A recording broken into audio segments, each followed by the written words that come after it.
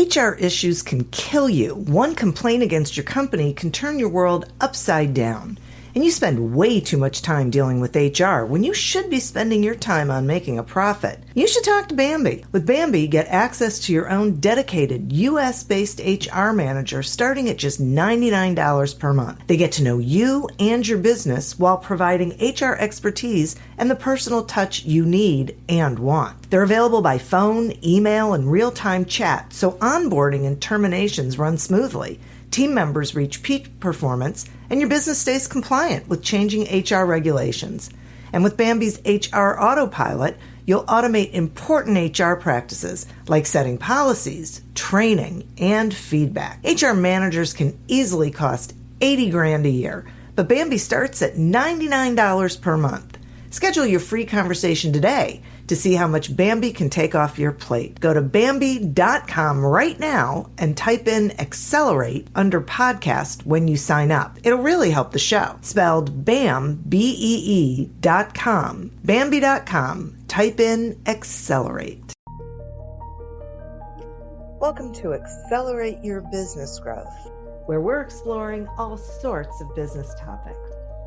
Experts from around the world join me, your host, Diane Helbig, for a conversation where they share their expertise with all of you.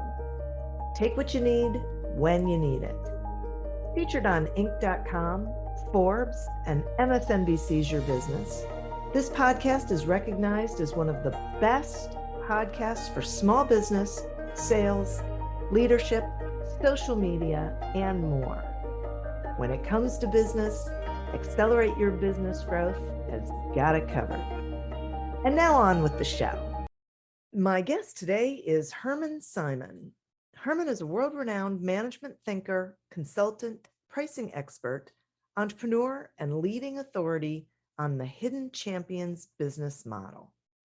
He's the founder and honorary chairman of Simon Kucher and Partners, the world's leading price consultancy with over 1,700 employees and 42 offices worldwide. Hermann is the author of 40 books in 30 different languages, including the worldwide bestseller Hidden Champions, first published by Harvard Business School in 1996. Thanks so much for joining me today, Hermann. Hi, Diane.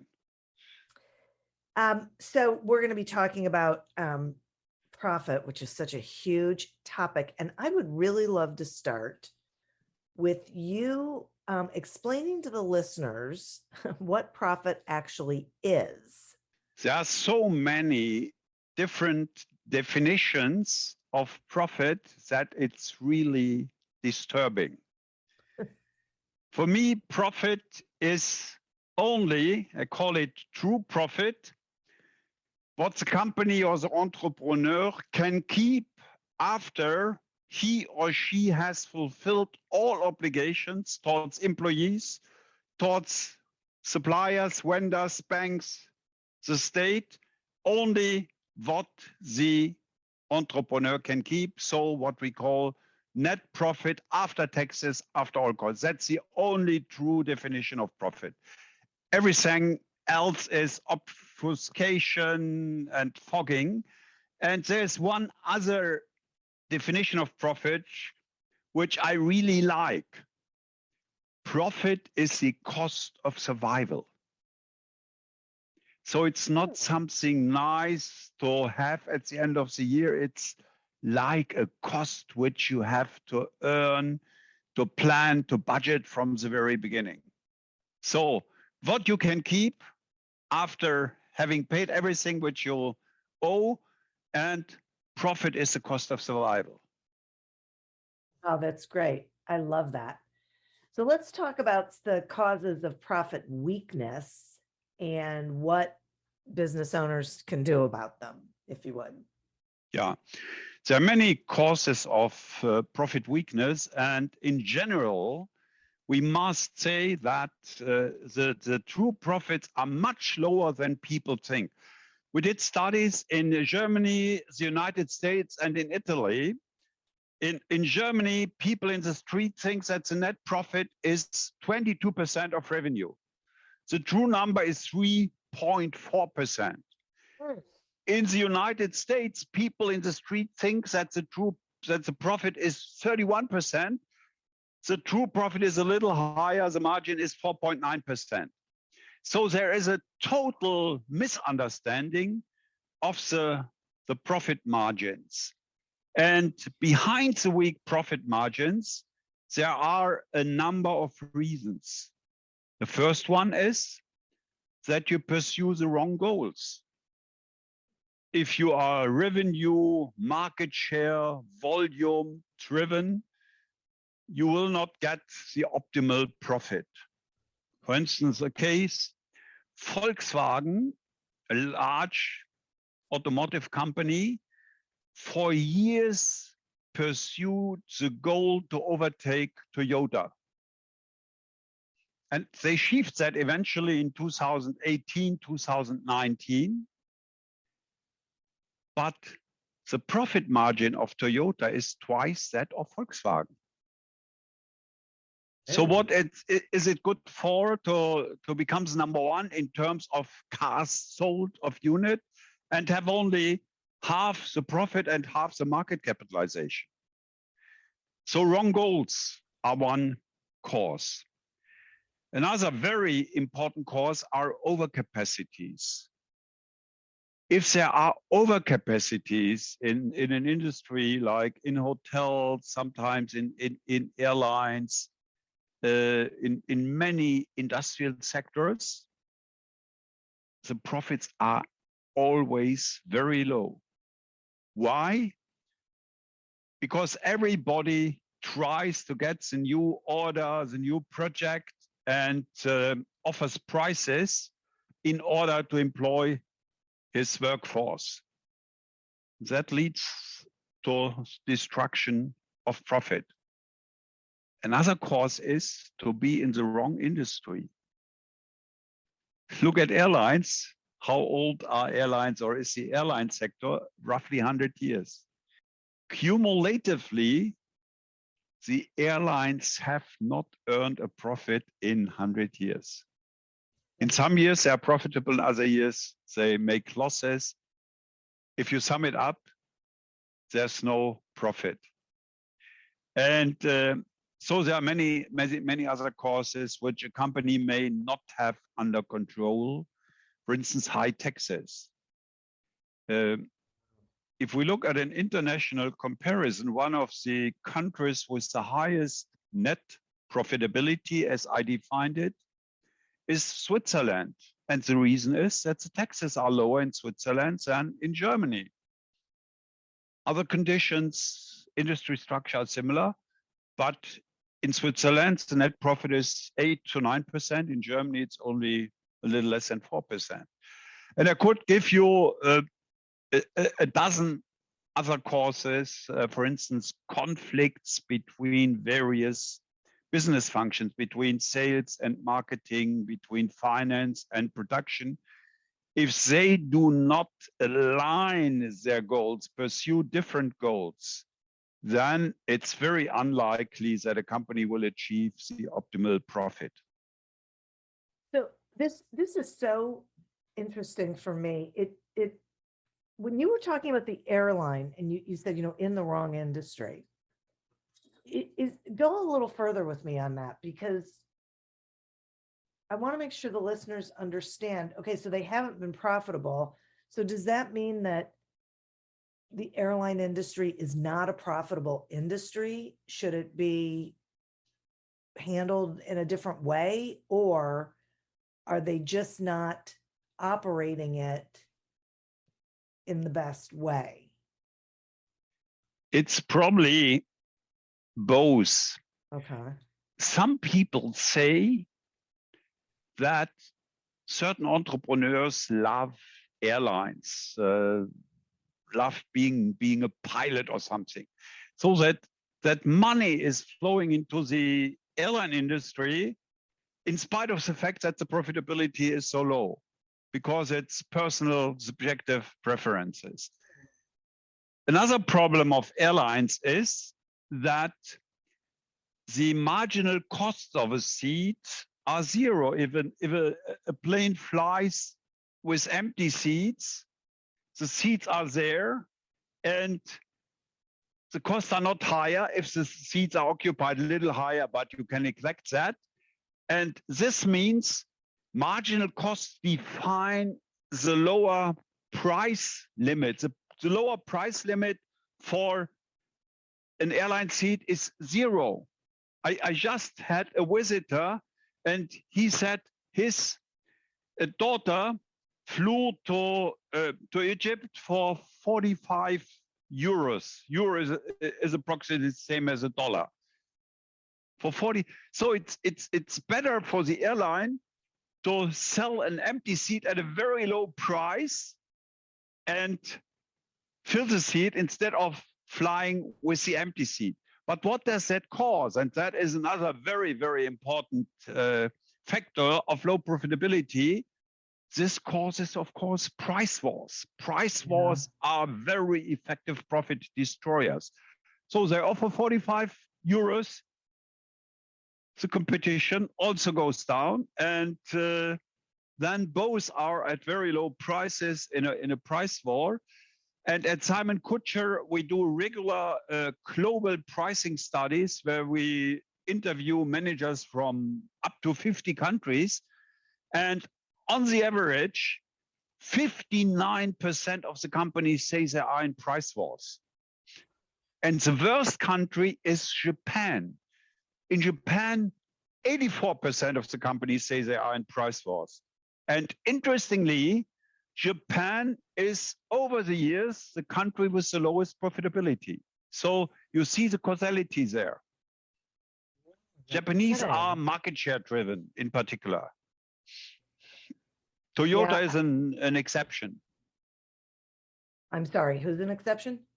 Toyota, I mentioned that Toyota is twice as profitable as Volkswagen. Yeah. Toyota is actually not a typical Japanese companies. Typical Japanese companies are very market share driven, so not so much profit driven, and they are all the time engaged in price wars, which destroy profits. This leads me to a question about companies going public, which happens in the United States constantly. So why is it that, more than 80% of US companies go public without ever having turned a profit?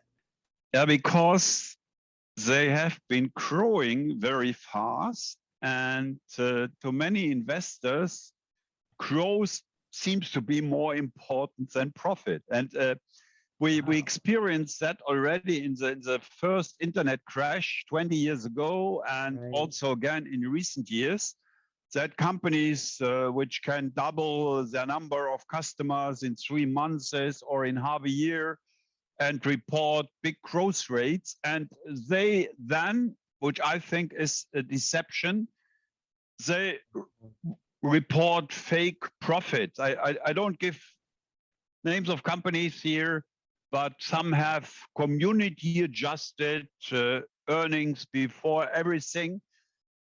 So they include, for instance, the cost of customer acquisition, marketing costs, because they say that's an investment into the future. So there's a lot of misleading information and misunderstanding on the side of the investors. On the other hand, we have to admit that companies like Amazon, they were not profitable for 20 years, but they were growing year after year. So they have a good future, and there an investment makes sense. But that's not true for many of the companies who go public, collect money. There's one case for a recent case from Germany. They went public at Nasdaq last year, got a market capitalization of $3 billion, and now they are at about 300. So they've lost 90% of the value. And I think this case is also deception, that the company creates hopes, communicates in a way. They even don't have any revenue. It's just hope and promise. And people are too much trusting, too naive, and invest in these promises which often do not materialize. Yeah, because they they want it so bad. They see it happening and they think they want to get on that train. Yes, of course. Yeah. Yeah. Yeah. And I mean, if you were on these trains was Apple or Facebook 20 years ago, you're rich today. But Right. There were also dozens and hundreds of others with a similar starting position who do no longer exist, who have simply evaporated. Yeah. This episode is brought to you by Klaviyo, the platform that powers smarter digital relationships. With Klaviyo, you can activate all your customer data in real time, connect seamlessly with your customers across all channels, guide your marketing strategy with AI-powered insights, recommendations, and automated assistance, deliver experiences that feel individually designed at scale, and grow your business faster. Power smarter digital relationships with Klaviyo. Learn more at klaviyo.com/Spotify. That's KLAVIYO.com/Spotify. This episode is brought to you by the new Strawberry and Cream Tic Tac Mints. Iconic, refreshing, indulgent. Like this track. Take a ride on the Tic Tac. Strawberry flavor, 100 layers. I like that. Ooh-wee. I'm swirling in the strawberry. Oh, don't you wanna take a ride on the Tic Tac? That fresh track was by Taylor Parks. Hope you enjoyed it. Pick up a pack of Strawberry and Cream Tic Tac Mints today. What are Germany's hidden champion businesses? What is that? Hidden champions are mid-sized companies which are global market leaders and little known. So my formal definition is a company which is top 3 in the world in its market, has a revenue of less than $5 billion and is not known in the public. And in my opinion, among the hidden champions, you find many, many of the best companies in the world, but nobody knows them. Let me just give you one example. You probably never heard of LSTM. No. But are you using Siri from Apple or Alexa from Amazon occasionally? You know it at least. Sure. The software behind these systems is LSTM, which stands for long short-term memory. And this software is installed on more than 3 billion smartphones. Or let you make a guess. How many suppliers does Apple have in Germany? I don't know. Any guess? Give me a number. I am a quant guy. 20. How many? I'll say suppliers, 20. vendors does have Apple have in Germany? Yeah, I'm going to take a guess and say 20 suppliers. 767. Oh my goodness. Can you imagine that? And you don't know any of them. LSTM is one of them. And behind that is a more fundamental issue, a lack of understanding what the economy is. If I ask people, what is for you the economy? They say, yeah, that's automotive and Google and Facebook and a big aircraft, perhaps Coca-Cola. That's not the economy. The economy exists of thousands of markets. Let's just take a number. Let's assume there are 20,000 separable markets, may also be 100,000, just to have a number. Of these 20,000, only 100 or 200 markets are large markets. And the remaining 98% are specialized niche markets. As you see, 767 suppliers from Germany are in Apple products, but you don't know any of them. You think it's all Apple.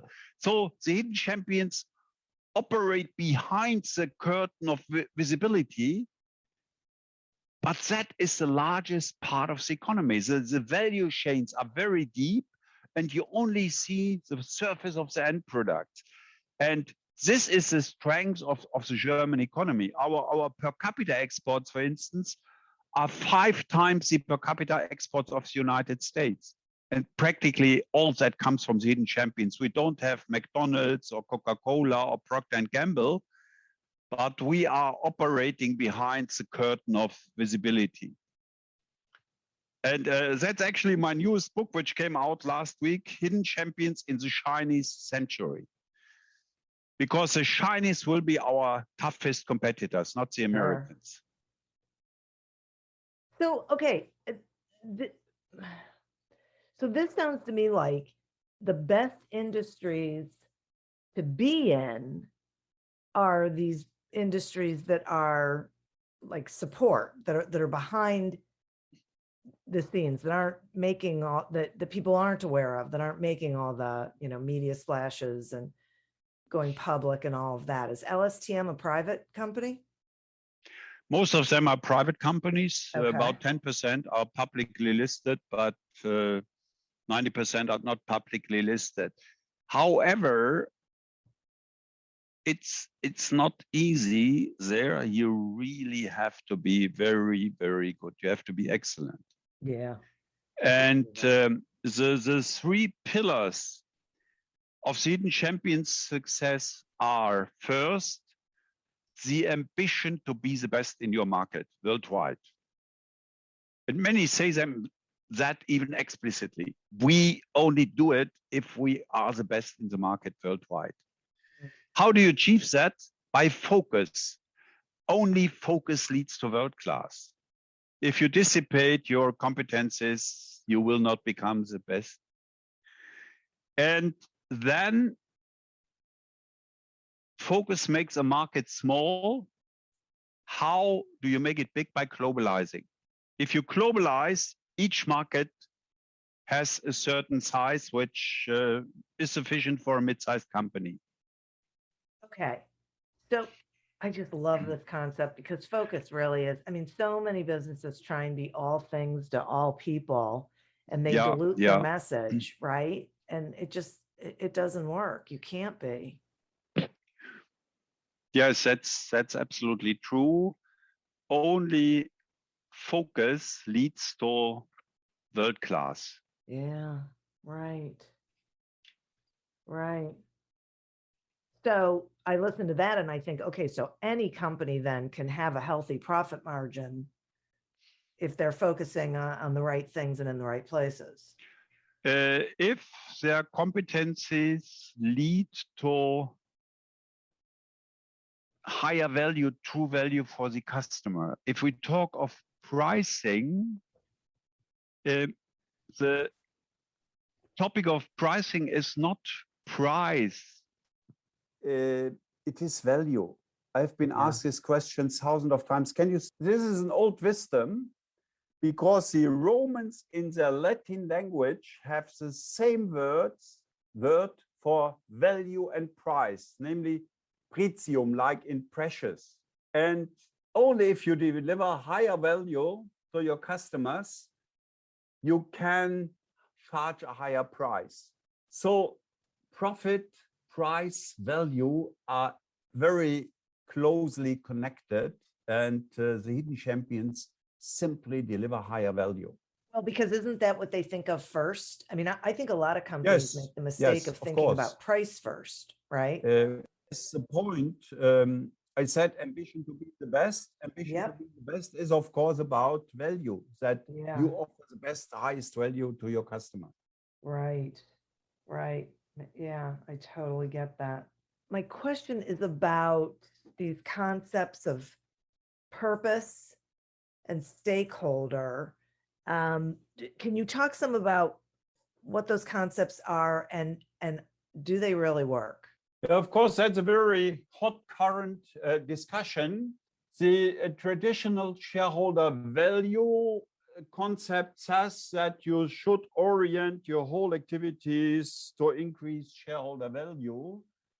And in recent years, we have this stakeholder value concept, which says that customers, employees, the community have also to be observed in your activities. And I think that is not a contradiction. It's it's stupid to think if you don't do a good deliver value to your customers that you will create shareholder value. So it's for me not a contradiction. Many people who want to build up contradictions or argue against capitalism say stakeholder value is better than shareholder value. Any reasonable entrepreneur has always provided value to the customers, has treated the vendors fairly, paid taxes, etc. So for me, it's not a contradiction. I think this contradiction is made up artificially by critiques of the market economy of capitalism. And I have a very nice sentence from the second dean of the Harvard Business School, Professor Dunham. He said, we want to educate leaders who make a decent profit decently. Making a decent profit decently, I think that's a good motto for profit orientation, for entrepreneurship, but also for treating your customers and your vendors fairly. Yeah, I do too. I do too, right. And I love this. I'm so glad I asked the question, because I think way too many business leaders don't see the connection between treating their employees well and the profitability of their, they think those things are at odds with each other, and they're not. Yeah. The largest automotive supplier in the world is a company called Bosch. It was founded by Robert Bosch more than 100 years ago. And he said, I am rich because I pay my workers well. And that is, by the way, also similar to what Henry Ford said in connection with the Model T. My observation is, and I know a little bit of the economy and have visited, seen, consulted to thousands of companies. Companies who are doing well in terms of profit also treat their employees well. And the ones who incur losses, who are not profitable, also treat their employees badly. They have to fire people, they don't create new jobs, they pay lower wages, etc. So it's actually consistent. If a company is making decent profit decently, it's also treating its employees decently. I would say that's true in 100% of my experience. Do you think all of this has anything to do with what we're seeing today with companies not being able to hire? That is a new, very prevalent, very serious bottleneck. And that has to do with demographics. For instance, in Germany, we had 1964, for instance, 1.4 million babies. In recent years, we have 700,000, half the number of babies per year. And now the baby boomers are going into retirement, and only half the number comes into the labor market to pay their pensions and to replace them. Of course, we have also had a lot of immigration, which fills the gap. But this will increase the value of labor, especially for top talent. So for young people who are qualified, who master something, the prospects are very good, actually.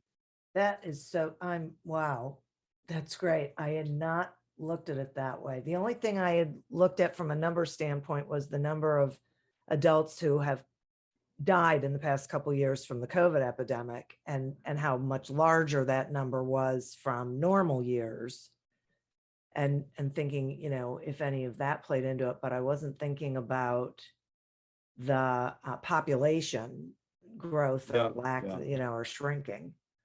No, the number of people who died more than in an average year is not that high. And that's a little sarcastic. Most of the people who died from COVID-19, Yeah. they're old people. So Yeah. they So do they no weren't longer working anyway. receive pensions, and actually they save the social system money. That's doesn't That's sound so interesting. nice, but that's the reality. That's really interesting. I never would have thought of that. Wow. I get it. I totally get it. Thank you for that. That is so great. I mean, not great, but you know what I mean.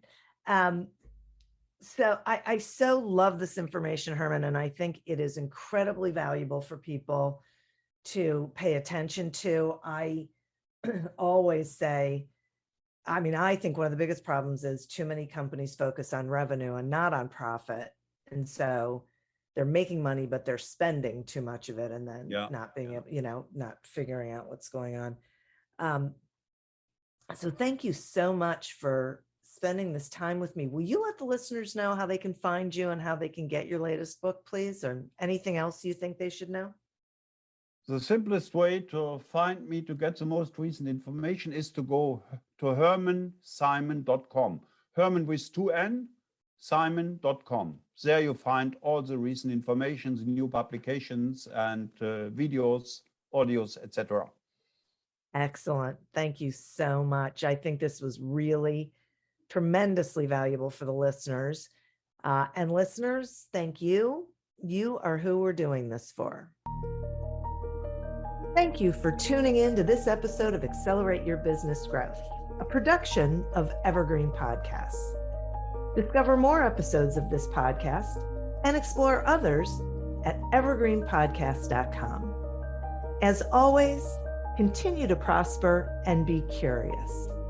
And if you're looking to get your sales strategy headed in the right direction, pick up a copy of Succeed Without Selling on Amazon or wherever books are sold. Until we meet again on another episode of Accelerate Your Business Growth, goodbye and good day. Welcome, change agents, to your go-to place for stories that ignite your spirit, fuel your purpose, and connect us all. We believe in the incredible power of the human spirit, its boundless resilience, and the inspiration it brings to our lives. On the Driving Change podcast, we'll journey together through the extraordinary yet very relatable experiences of some of the most amazing people on earth. Our mission? That through these stories, we might just spark change within you and awaken a newfound motivation to harness your unique gifts to make a real difference in the world. So get ready to be inspired and join us on this incredible adventure. You can find the Driving Change podcast on Apple Podcasts, Spotify, iHeartRadio, or wherever you love listening to your favorite podcasts.